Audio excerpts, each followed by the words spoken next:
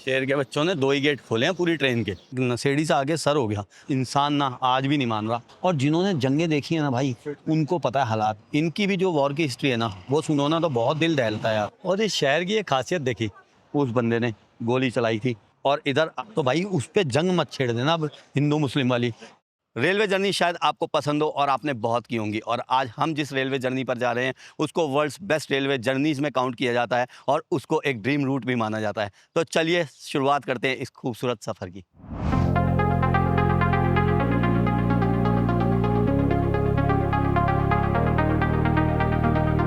फिलहाल सुबह के 6:15 बजे हैं और हम खड़े हैं रेलवे स्टेशन मोस्टार पे, जो कि है बोस्निया एंड हर्जेगोविना में। और ये है बोस्निया रेलवेज का रेलवे स्टेशन मोस्टार का। हमने टिकट ली थी सामने से, 14 मार्क की आई है, जो यहाँ की करेंसी है मार्क। एक मार्क जो है लगभग भारतीय 52 रुपये का है, तो लगभग 750 रुपये की जो है वो टिकट पड़ी है हमें सिंगल वे 1 वे के लिए। और मोस्टार से हम जाने वाले हैं सारायेवो, जो कि बोस्निया एंड हर्जेगोविना की कैपिटल है। मोस्टार से सारायेवो की जो दूरी है वो है लगभग 125 किलोमीटर, और ये ट्रेन हमें पहुंचा देगी 2 घंटे में।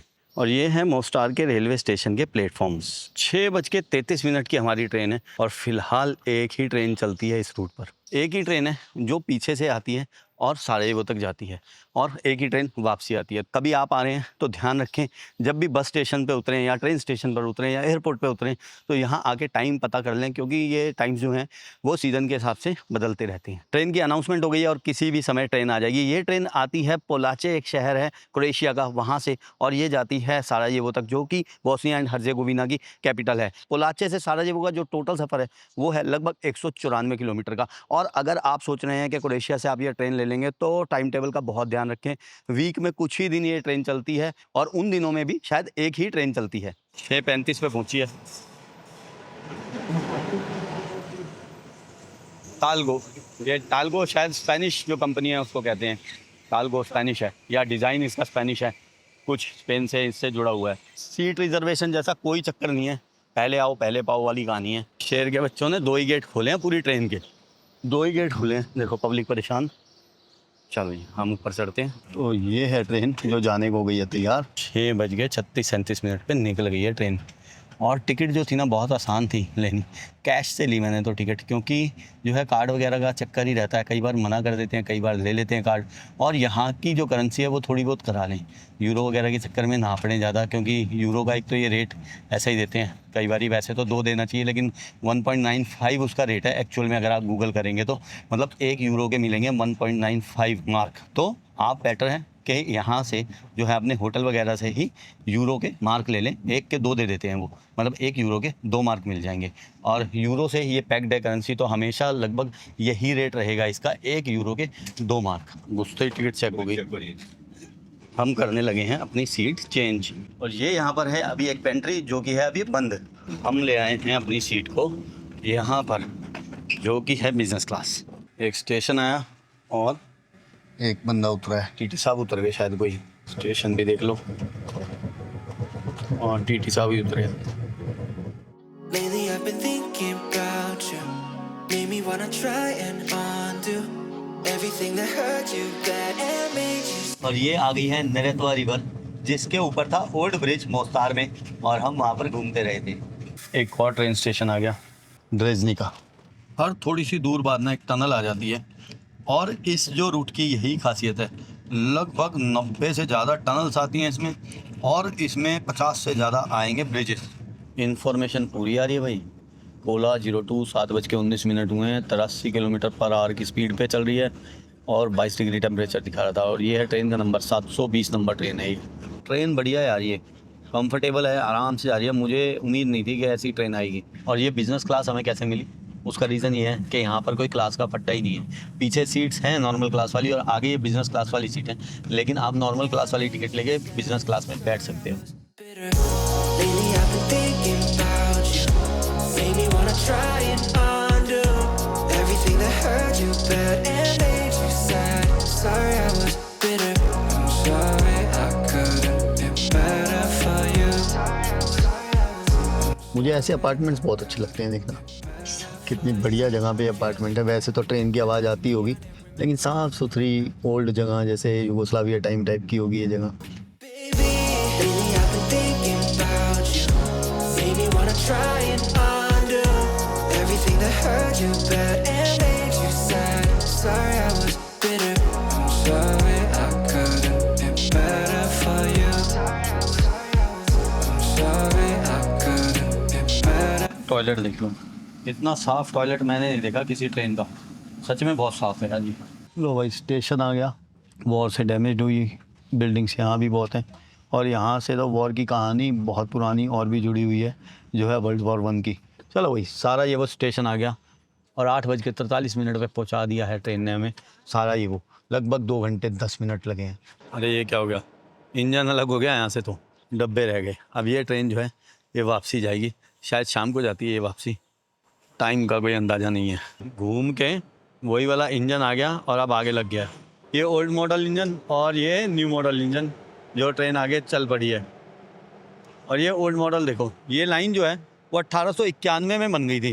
मैंने आपको बताया क्रोएशिया से लेके यहाँ तक सारे तक, तो हो सकता है ये जो इंजन है ये 1891 वाला या उसके बाद का कभी का हो। स्टेशन खूबसूरत है ये, एक नशेड़ी सा आगे सर हो गया, सामने से आ रहा था, वीडियो में शायद आपको दिखाओ, आते ही सर हो गया, वीडियो डिलीट करिए, वो कैसे तो प्रॉब्लम में आ जाएगा। थोड़ा सा जब मैं वीडियो डिलीट होगी ना, मेरी मतलब वहाँ तक की देख ली मोस्टार तक की वीडियो सारी, मैं कहा यार तू मोस्टार में था, कहता नहीं, फिर पता लगा स्मेल आ रही थी उसमें से ना वीड की, मैं कहा नशेड़ी सा है चलो जाने दो। फिर 1-2 लोग वहाँ थे कह रहे नशेड़ी है ये, ऐसे ही सर हो गया तेरे, मैं कहा चल कोई नहीं, होता रहता है, ये कैमरा ना हो तो फिर तो खैर किसी ने क्या कहना है, कैमरा होता है तो सामने वाले को मौका मिल जाता है। ये ब्यूटीफुल सारा ये वो स्टेशन पर खूबसूरत लग रहा है ना। कोका कोला की ऐड देखो यार, इस ब्रांड को ऐड करने की ज़रूरत है नहीं, फिर भी हर जगह कोका कोला की ऐड मिलती है। हम चलते हैं बाहर, और बसेस वगैरह के लिए भी यहाँ पर ऑफिसेज बने हुए हैं। अगर आपको बस पे कहीं जाना है, ये देखो सारे जो हैं ये यूरोप के स्टेशन है, तो कहीं भी जाना हो तो बस भी सारायेवो से मिल जाती है।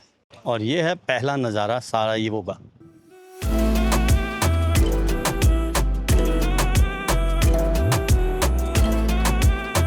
काम जारी है, पूछ लेते हैं, सिटी सेंटर जाना हमने। Hi, this tram will go to city centre? Okay. और टिकट मिल जाती है अंदर ट्राम से ही। Thank you. 2.2 मार्क की मिली है, मतलब लगभग 110 भारतीय रुपये। और ना शायद कल हम बाल्कन से चले जाएंगे फाइनली, क्योंकि मेरी टिकट जो है वो लंदन की बुक हो चुकी है। और मैं यही सोच रहा था कि ये बाल्कन्स की जो हमने 7-8 कंट्रियाँ घूमी, यहाँ पर किसी ने भी वीडियोग्राफी वगैरह के लिए रोका टोकी नहीं की, और जाते जाते ये नशेड़ी मिल गया।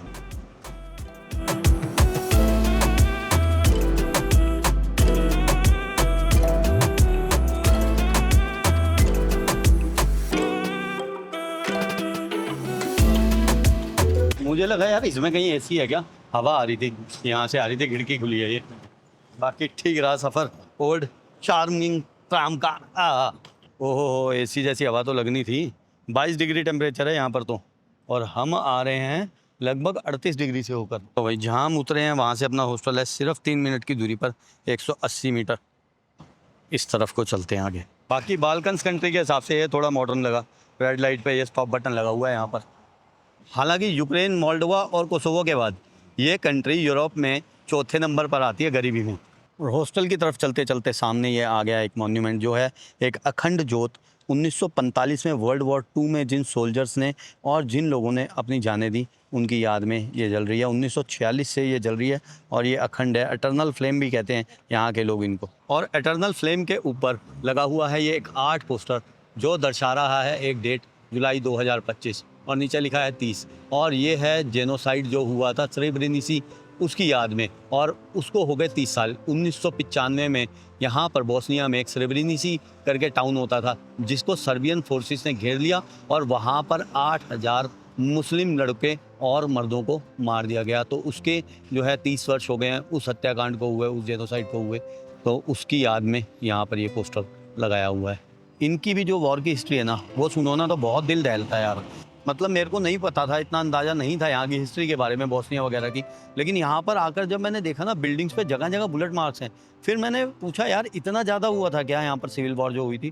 तो बताया, सारे जो लोग मेरे को मिलते रहे लोकल, खास करके जो हमारे हॉस्टल वाले थे आदि, उन्होंने बताया, जो ऑनर थे हॉस्टल के, कि यार बहुत ज़्यादा ब्रूटल यहाँ पे काम हुआ था। और उन्होंने मुझे फ़ोटोज़ दिखाई पुरानी, कह रहे देख आज का गाज़ा तूने देखा है, ऐसा ही हाल हो गया था मोस्तार का भी। दोबारा बन के खड़े हुए हैं ये सारे जो शहर हैं, इनके बिल्कुल ख़त्म हो गए थे। और आज भी जो है ना, वो पॉलिटिकल स्टेबिलिटी यहाँ पर नहीं है। और जो मोस्तार की बात करें, जिस एरिया में हम थे वहाँ पर जो है वो आबादी रहती थी 95% मुस्लिम्स की, और दूसरी तरफ क्रिश्चियंस रहते थे। मतलब आज भी वहाँ पर एरियाज बटे हुए हैं क्रिश्चियंस के और मुस्लिम्स के।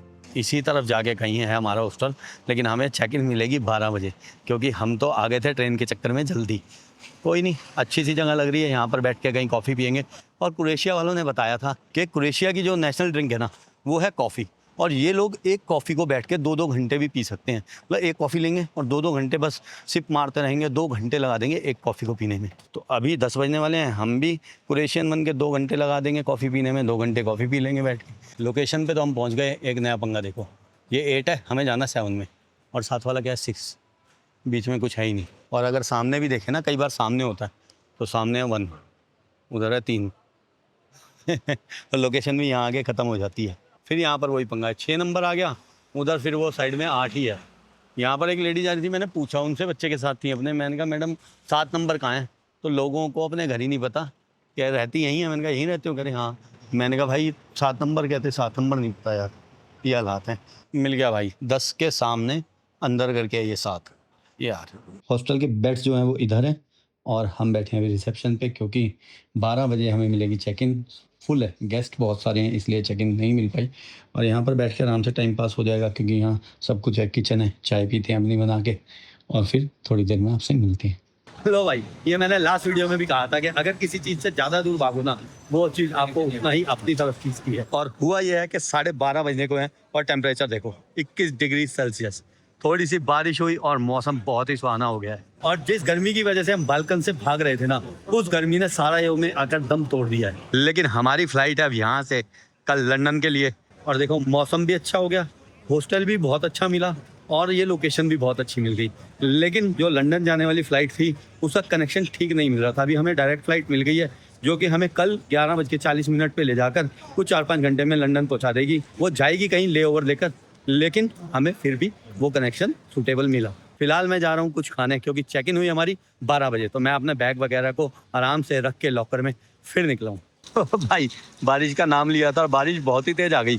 हम चलते हैं सामने वाले रेस्टोरेंट में बैठ के लंच करते हैं आराम से। रेस्टोरेंट तो बढ़िया है, और एक और बढ़िया बात है, अल्कोहल सर्व नहीं करती है, बहुत अच्छी बात है। काफ़ी वैरायटी है इनके पास यार, और वेज वालों को भी खाना यहाँ पर मिल जाएगा कुछ ना कुछ, सैंडविच वगैरह है, वेज पिज़्ज़ा है, मार्गरेटा वगैरह मिल जाएंगे। और मैंने इस बार कुछ अलग से ही ऑर्डर किया है। एक मैंने डिश देखी इनके पास, वो बहुत बढ़िया लग रही थी मुझको, देखने में बड़ी टेम्पटिंग थी। देखो भूख लगी हो और ऐसी डिश आ जाए, और मैंने ये ऑर्डर किया। बारिश तो बंद हुई नहीं, लेकिन अपना खाना आ गया। खाना हमने खा लिया और बिल आया हमारा 20 बाम। जो यूरोपियन है ना, वो यहाँ की जो करेंसी है उसको बाम बोलते हैं, बॉस्नियन मार्क, और वैसे लिखा जाता है केएम। केएम का मतलब होता है कन्वर्टेबल मार्क। साइंस ने ना अच्छी तरक्की कर ली। देखो 2 बजे दिखा रहा था बारिश ख़त्म हो जाएगी, और 2 बजने में 1-2 मिनट है और बारिश ख़त्म हो गई, और बहुत तेज़ बारिश हो रही थी इससे पहले। देख रहे हो आप नीचे ज़मीन का हाल।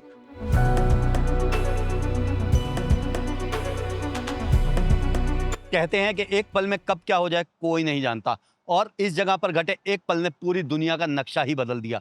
ये है लैटिन ब्रिज, जहां पर चली एक गोली ने 1 करोड़ से ज़्यादा जिंदगियों को मिटा दिया। आखिर कैसे, आइए जानते हैं। इस वक्त हम खड़े हैं बोस्निया एंड हर्जेगोविना की कैपिटल साराजेवो में, और ये बात है 28 जून 1914 की। उस वक्त ये पूरा क्षेत्र ऑस्ट्रो हंगेरियन अंपायर के अधिकार क्षेत्र में आया करता था। उस दिन साम्राज्य के आर्क ड्यूक फ्रांस फर्डिनांड अपनी पत्नी के साथ इसी जगह से गुजर रहे थे।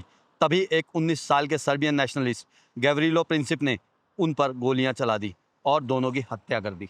और ये वही ऐतिहासिक जगह है जहां पर एक पत्थर पर लिखा भी है, from this place on 28 June 1914 Gavrilo Princip assassinated the heir of the Austro Hungarian throne Franz Ferdinand and his wife Sophia.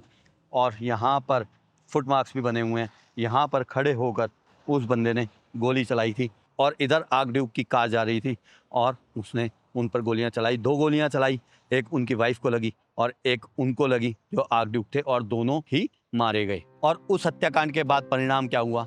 दुनिया एक जंग की आग में झुलस गई, world war 1। Austro Hungarian umpire के समय में आर्च ड्यूक कहते थे युवराज को, यानी कि राजा के बाद जो शासन का उत्तराधिकारी हुआ करता था। आखिर प्रिंसिप ने आर्च ड्यूक को मारा क्यों? जैसे कि मैंने आपको बताया कि उस समय 1914 के लगभग यहाँ पर ऑस्ट्रो हंगेरियन अंपायर का शासन हुआ करता था और जो प्रिंसिप था वो था सर्बियन नेशनलिस्ट, यानी कि वो चाहते थे कि ये जो एरिया है वो सर्बिया के साथ मिल जाए, सर्बिया के अंडर में आ जाए। तो उन्होंने जो है ऑस्ट्रो हंगरी जो शासन था उस वक्त, उसको ख़त्म करने के लिए आर्कड्यूक की हत्या कर दी। और उस हत्याकांड के बाद हुआ क्या, ऑस्ट्रियन अंपायर जो है वो बहुत गुस्से में आ गया और उन्होंने इस हत्याकांड का सारा इल्ज़ाम सर्बिया पर लगा दिया और सर्बिया को एक अल्टीमेटम दिया और कुछ शर्तें रखी। उन शर्तों को सर्बिया ने मान लिया, लेकिन उनमें से एक शर्त थी कि इस हत्याकांड की जांच जो है ऑस्ट्रियन पुलिस को सर्बिया में आकर करने दी जाए, जिसको सर्बिया ने नहीं माना और उन्होंने कहा ये हमारे सॉवरेनिटी के खिलाफ है, हम ये नहीं कर सकते। और इस बात को लेकर पूरे एक महीने बाद 28 जुलाई 1914 को ऑस्ट्रो हंगेरियन अंपायर ने सर्बिया के खिलाफ जंग का ऐलान कर दिया। सर्बिया का साथ उस समय रशिया, ब्रिटेन और फ्रांस ने दिया और ऑस्ट्रिया के साथ आया जर्मनी। और 1918 में ऑस्ट्रियन अंपायर जो है वो हार गया और ये जो सारा ठीकरा था जंग का वो जर्मनी पर फोड़ दिया गया और उन पर भारी जुर्माना लगाया गया। हुआ क्या कि ऑस्ट्रियन अंपायर जो था वो ख़त्म हो गया और उसके साथ साथ जो ओटोमन अंपायर था वो भी ख़त्म हो गया वर्ल्ड वॉर 1 के बाद और पूरा यूरोप तबाह हो गया। 1918 में फर्स्ट वर्ल्ड वॉर ख़त्म हो गई और पूरा यूरोप जंग की आग में कूदकर जल गया था, लेकिन इंसान जो था वो कहाँ रुकने वाला था। 21 साल बाद 1939 में सेकेंड वर्ल्ड वॉर का आरंभ हो गया। इस बार वजह बनी जर्मनी पर लगा भारी जुर्माना और एडोल्फ हिटलर का आना। और एक बात बताऊं, इंसान ना आज भी नहीं मान रहा। आज भी आप देखो पूरी दुनिया में जंग चल रही है और समझ लो आप एक तरह से वर्ल्ड वॉर 3 चल रहा है ये भी, क्योंकि पूरी दुनिया ही जंग की आग में कूदी हुई है। कोई ना कोई किसी ना किसी का साथ दे रहा है। और इस जगह की आयरनी आपको बताऊं, और आयरनी है ये कि ये जो आप रोड देख रहे हैं ये सीधा रेलवे स्टेशन से आता है जहाँ से हम सुबह आए थे और आर्कड्यूक पर पहला हमला पीछे ही हो गया था। उन पर एक बॉम्ब फेंका गया था जिससे वो बचकर आगे निकल गए थे और उसके बाद वो जहाँ पर आए थे, जो भी उनका प्रोग्राम था वो वहाँ गए। उस प्रोग्राम को करने के बाद जो पीछे लोग घायल हुए थे वो उनको देखने हॉस्पिटल चले गए। फिर जब वो हॉस्पिटल से वापसी आ रहे थे तो उनकी कार ने एक रॉन्ग टर्न ले लिया और वो रॉन्ग टर्न था ये। उनको जाना था सीधा, लेकिन जैसे ही रॉन्ग टर्न हुआ तो ड्राइवर ने यहाँ कार रोक दी और प्रिंसिप यहाँ खड़ा था इसी जगह पर और उसने यहाँ से 2 गोलियाँ मारी। एक जो था वो आर्कड्यूक को लगी, एक उनकी वाइफ को लगी, सोफिया को। दोनों के दोनों वहाँ ही मर गए। और 28 जून 1914 को उस दिन फ्रेंच फर्डिनेंड और उनकी वाइफ सोफिया की मैरिज एनिवर्सरी थी। उनकी शादी को हुए 14 साल हो चुके थे। गैब्रिलो प्रिंसिप को जो है वो हैंड टू हैंड ही यहीं पकड़ लिया था और उसने साइनाइड खाने की भी कोशिश की थी, लेकिन साइनाइड से वो मर नहीं पाया और उसको अरेस्ट कर लिया गया। प्रिंसिप के साथ उस दिन और भी जो साथी थे उन सबको भी पकड़ लिया गया और उनको ऑस्ट्रिया ले जाकर फांसी दे दी गई। लेकिन प्रिंसिप को फांसी नहीं दी गई क्योंकि प्रिंसिप की उम्र उस वक्त 19 साल 10 महीने थी और ऑस्ट्रियन कानून के हिसाब से 20 साल से कम उम्र के इंसान को फांसी नहीं दे सकते थे। तो प्रिंसिप को उस समय के चेकोस्लोवाकिया में एक जेल में रखा गया जहां उस पर बहुत टॉर्चर किया गया और 1918 में टॉर्चर की वजह से उसकी मृत्यु हो गई। मैं तो यहाँ बैठ गया यार थोड़ी देर के लिए और मुझे ना दुख होता है इन चीज़ों को देख के, और दुख होता है कि इंसान यार सदियों से लड़ता आ रहा है और कितना ही आगे पहुंच गया दुनिया में, लड़ना नहीं छोड़ा इंसान ने। और जिन्होंने जंगें देखी है ना भाई, उनको पता है हालात, उनकी ना रूह सी कांप जाती है। जैसे कोई बुजुर्ग मिला ना मुझे यहाँ पर, और बोस्निया जो वार हुई थी 1992 से 1995 तक, हमने पहले भी उसको जाना, तो वो जो बुजुर्ग थे जिनसे भी मैं मिला या जिन्होंने वो वॉर देखी थी वो बस चुप हो जाते हैं। मतलब भाई मिले, वो 36 ईयर के थे, वो 6 साल का था बंदा जब वो वॉर हुई बोस्निया वाली 1992 से 95 वाली। मैंने जैसे बात करी तो मैंने कहा आप लोग कहाँ थे? कहते जी हम कैंप में चले गए थे, बड़ा बुरा हाल था, मेरे फादर को आर्मी ज्वाइन करनी पड़ी। बस मतलब वो बता के सैड ही हुए जा रहा था और फिर मैंने भी ज़्यादा नहीं पूछा। और देखो इन देशों में कहीं भी बैठे हो ना, वर्ल्ड वॉर के बाद भी ये देखो क्या हालात हुए थे। ये देख रहे हो, ये जो निशान है ना, ये सारे बुलेट मार्क्स हैं।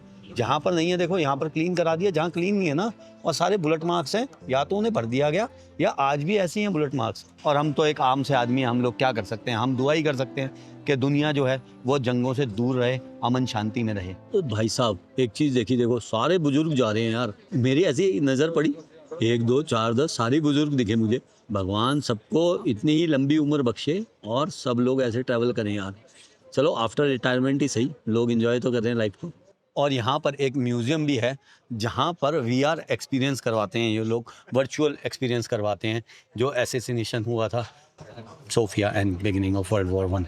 बहुत देर हो गई यार वॉर वगैरह की बात करते हुए, तो इन वॉर की बातों से निकलते हैं और आगे चलते हैं। आपको बता दूं कि सारा ये वो जो है उसको यरूशलेम ऑफ यूरोप भी कहते हैं, क्योंकि यहाँ पर एक सिनेगोग है, यहाँ पर साथ में ही मस्जिद है, यहाँ पर चर्चिस भी हैं बहुत सारी। सिनेगोग शायद आपको ना पता हो तो मैं बता दूँ, सिनेगोग होता है जहाँ पर ज्यूस लोग प्रे करते हैं, मस्जिद और साथ में ही चर्च।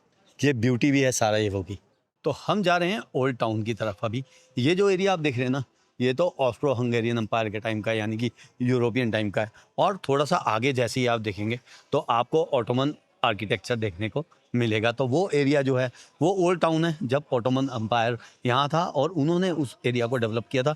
ये जो सारा एरिया है ना, ये किया था यूरोपियन से डेवलप, जो था ऑस्ट्रो हंगेरियन एम्पायर। लो भाई, दुनिया बदल गई, यूरोप से आ गए ऑटोमन टाइम में। ये इतने सारे रेस्टोरेंट वगैरह देख के ना भूख ही लगाई यार।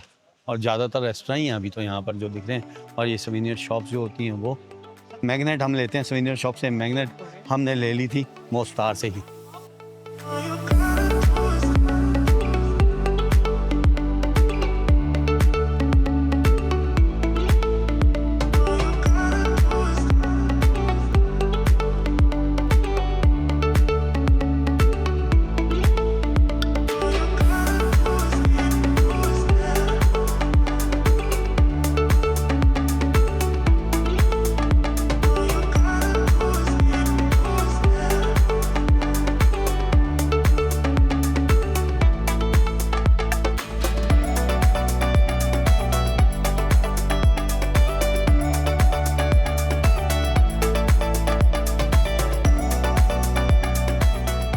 और ये जो आप देख रहे हैं ना, ये सबसे मशहूर जगह है सारायेवो की। और ये है एक प्याऊ, जो 1753 में बनवाया गया था मेहमद पाशा द्वारा। मेहमद पाशा आपको याद है, कोसोवो में जब हम थे तो मेहमद पाशा मॉस्क पे भी गए थे, और मेहमद पाशा जो था वो टावर भी वहाँ पर था। तो कोसोवो में भी उन्होंने बहुत सारी चीज़ें बनवाई थी, और यहाँ पर ये एक पब्लिक प्याऊ बनवाया था, जो आज एक अट्रैक्शन है सारायेवो का। एक बात तो है, पुराने लोगों का आर्किटेक्चर और उनका दिमाग मानने वाली बात है। देख लो, 1753 से लेके आज तक यहाँ पर पानी आ रहा है।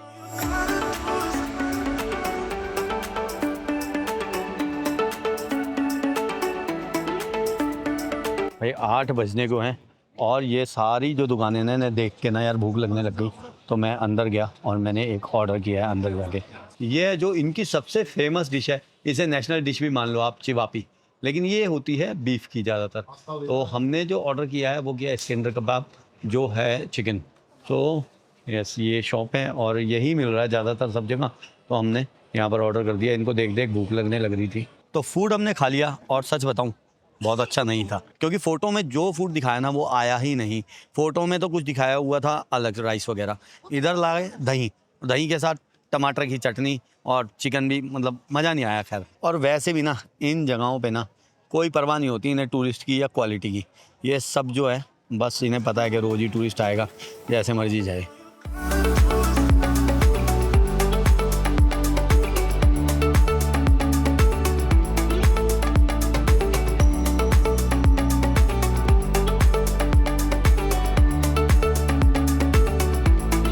और इन ब्यूटीफुल सॉफ्ट टॉयज़ के अलावा कुछ अच्छा लगा ना मुझे तो है आइसक्रीम।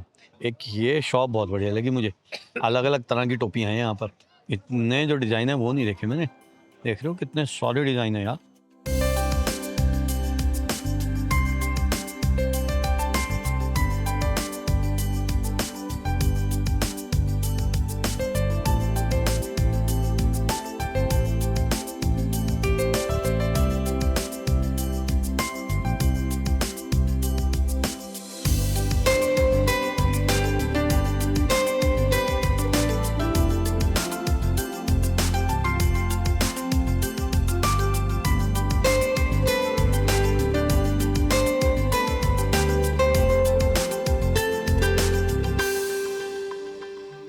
और चलते चलते एक और ये बाज़ार आ गया है जिस पे लिखा है बेजिस्तान।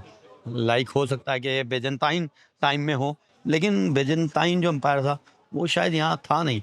हिस्ट्री तो ऐसा नहीं बोलती, बट हो सकता है हो, मुझे नहीं पता हिस्ट्री का इतना। यहाँ की जो ओल्ड हिस्ट्री है वो पहले रोमन्स थे इस एरिया में सारे में, तो हो सकता है बेजेंटाइन एम्पायर रहा हो या ये डिज़ाइन बनाया हो बेजेंटाइन एम्पायर का।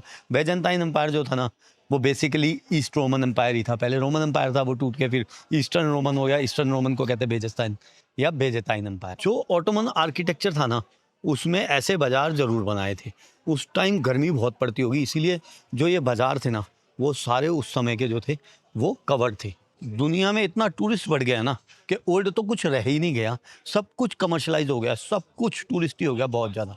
और इस शहर की एक खासियत देखी, देखो कैसे ओल्ड टाउन है और जस्ट एकदम ही रंग बदल जाता है, बिल्कुल ही न्यू टाउन आ जाता है। जैसे देखो ये बिल्कुल ही यूरोप है और इधर बिल्कुल ही ओल्ड टाउन ऑटोमन स्ट्रक्चर आ जाता है। अब ऑटोमन टाइम से निकलकर चलते हैं थोड़ा सा यूरोप की तरफ। तो एक खूबसूरत मॉस्क हमने देख ली और अब हमारे सामने एक खूबसूरत चर्च जो है सेक्रेड हार्ट कैथेड्रल, जो साराजेवो की सबसे बड़ी रोमन कैथोलिक कैथेड्रल है। अगर आपने पेरिस की नोट्रे डेम कैथेड्रल देखी है तो इसका जो डिज़ाइन है वो उससे इंस्पायर्ड है। और बाहर ये मूर्ति जो आप देख रहे हैं ये है पोप जॉन पॉल II की मूर्ति। और दोपहर को जब बारिश हुई थी ना तो पहले हम इसी चर्च के अंदर गए थे और फिर सामने ये मेट्रोपोलिस जो है इस रेस्टोरेंट में बैठ गए थे।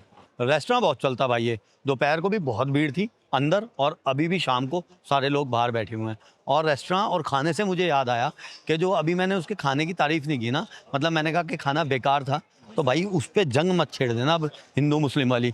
कई बार ऐसा होता है मैं वीडियोज़ में कुछ कहता हूँ और कमेंट्स में जो है वो जंग छिड़ जाती है। तो मैं आपको एक और बात भी बता दूं कि दोपहर को जब मैं इस रेस्टोरेंट में बैठा था, ये भी किन्हीं मुस्लिम भाई का रेस्टोरेंट था, उन्होंने मुझे बताया था हम अल्कोहल वगैरह सर्व नहीं करते यहाँ पर क्योंकि हमारे जो ऑनर हैं वो मुस्लिम है। तो आपसे रिक्वेस्ट है भाई इस बात को मत किया करो, थोड़ा इंसानियत के नाते सोचा करो।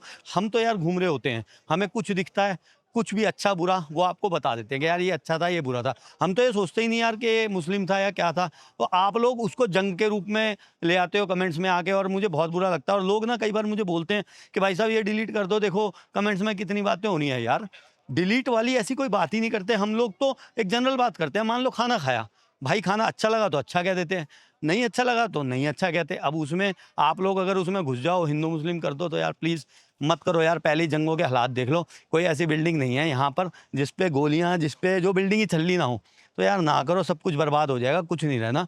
तो घूमते घूमते हम पहुँच गए हैं एटर्नल फ्लेम के पास, जहाँ से सुबह हमने शुरुआत की थी और साराजेवो में आसपास जो भी था वो हमने देख लिया है।